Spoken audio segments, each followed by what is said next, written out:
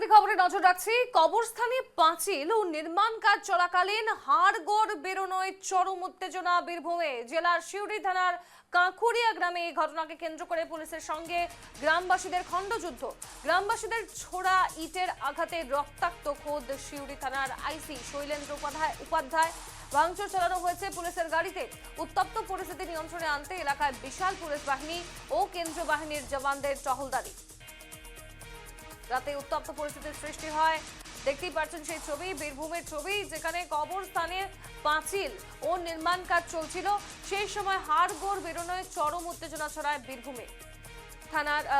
জেলার সিউড়ি থানার কাঁকুড়িয়া গ্রামের এই ঘটনাকে কেন্দ্র করে পুলিশের সঙ্গে গ্রামবাসীদের মধ্যে বাধে খণ্ডযুদ্ধ এবং গ্রামবাসীদের ছোড়া ইটের আঘাতে রক্তাক্ত হন খোদ সিউড়ি থানার আইসি শৈলেন্দ্র উপাধ্যায়। ভাঙচুর চালানো হয়েছে পুলিশের গাড়িতেও।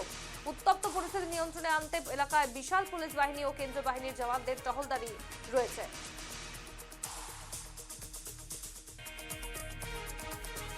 বেসিক্যালি আমরা একটা খবর পাই, থানাতে খবর আসে কি এই যে কাকুরিয়া গ্রাম আছে আলান্দা জিপি আন্ডারে, সুরি পিএস আন্ডারে, বীরভূম ডিস্ট্রিক্ট।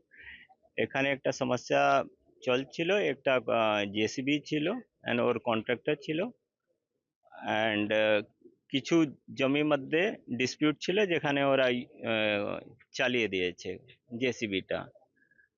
তো local villagers and contractor, all of the same community, আলোচনা চলছিল। দেন সাডেনলি ইনফরমেশন রিসিভ কি ওদেরকে যে কন্ট্রাক্টর আছে ম্যান হ্যান্ডেল করা হচ্ছে। IC Suri was nearby, so he immediately rush to the spot. যখন আসলো তো there was a crowd of around 200-300। They started brick batting. তো ওর মধ্যে যে আইসি আছে, আইসি অ্যান্ড ওনার সঙ্গে একটা পুলিশ পার্সোনাল আছে, ওরা ইনজার্ড হয় অ্যান্ড গাড়িটা ভাঙচুর এরা পরে করে। কি ঘটনা বিস্তারিত জানতে আমরা সরাসরি যাব বীরভূমের প্রতিনিধি শুভদীপ প্রামাণিক আমাদের সঙ্গে যুক্ত। শুভদীপ, কবরস্থানে কাজ চলছিল, পাঁচিল ও নির্মাণ কাজ চলছিল, আচমকা হাড়গোড় সেখান থেকে বেরিয়ে আসে, কিন্তু তারপর সাধারণ মানুষ কেন পুলিশের সঙ্গে সমস্যায় জড়িয়ে পড়ে, কেন তাদের সঙ্গে একেবারে খণ্ডযুদ্ধে জড়িয়ে পড়ে, পুলিশও আঘাতপ্রাপ্ত হয়েছেন, তাদের কি অভিযোগ, কি জানতে পারছো? স্বর্ণালী, সিউড়ি থানার এই যে আন্দুল পঞ্চায়েতের যে কাকুরিয়া গ্রাম, সেই কাকুরিয়া গ্রামে কিন্তু সকাল থেকে এই নির্মাণ কাজ চলছিল এবং পাঁচিল তৈরি করা হচ্ছিল একটি কবরস্থানের পাশে। সেই সময় কবরস্থানের পাশে খোঁড়াখুড়ির সময় কিন্তু হাড়গোড় বেড়ে আসে। সেই নিয়ে কিন্তু প্রথম থেকেই গ্রামবাসীদের সঙ্গে ওই নির্মাণকারী সংস্থা এবং তাদের যে ম্যানেজার রয়েছে তাদের সঙ্গে সংঘর্ষ বেঁধে যায় কার্যত বলা যেতে পারে। এবং গ্রামবাসীদের দিকে অভিযোগ যে ওই নির্মাণকারী সংস্থার বেশ কয়েকজনকে মারধর করেন। তারপরেই সেখানে যখন পৌঁছে যায় সিউড়ি থানার পুলিশ এবং সিউড়ি থানার আইসি শৈলেন্দ্র উপাধ্যায়, তাকে লক্ষ্য করে কিন্তু প্রথম থেকে ইট বৃষ্টি শুরু হয় এবং প্রচন্ড পরিমাণে ইট ছোড়া হয়। যে পুলিশের গাড়িটি নিয়ে যাওয়া হয়েছিল সেটি সম্পূর্ণরূপে ভেঙে ফেলা হয়।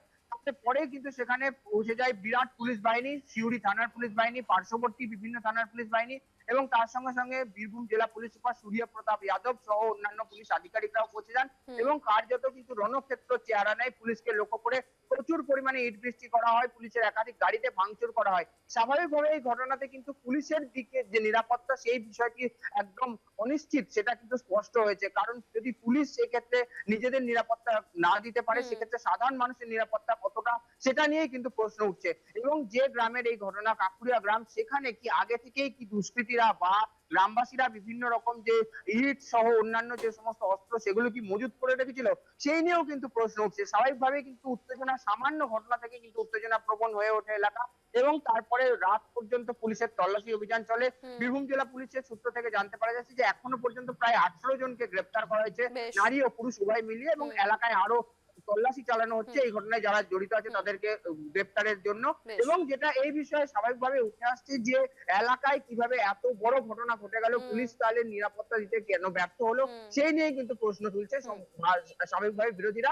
কারণ আগামীতে বিধানসভা নির্বাচন রয়েছে, অর্থাৎ বিধানসভা নির্বাচনের আগে যদি পুলিশকে এলাকায় গিয়ে, সিউড়ির মতন এলাকায় গিয়ে মার খেতে হয়, আক্রমণের শিকার হতে হয়, সেই জায়গায় দাঁড়িয়ে ভোট কতটা একদম সুনিশ্চিত ভাবে হবে, সেই নিয়েও কিন্তু বারবার প্রশ্ন উঠছে। ধন্যবাদ তোমায় শুভদীপ।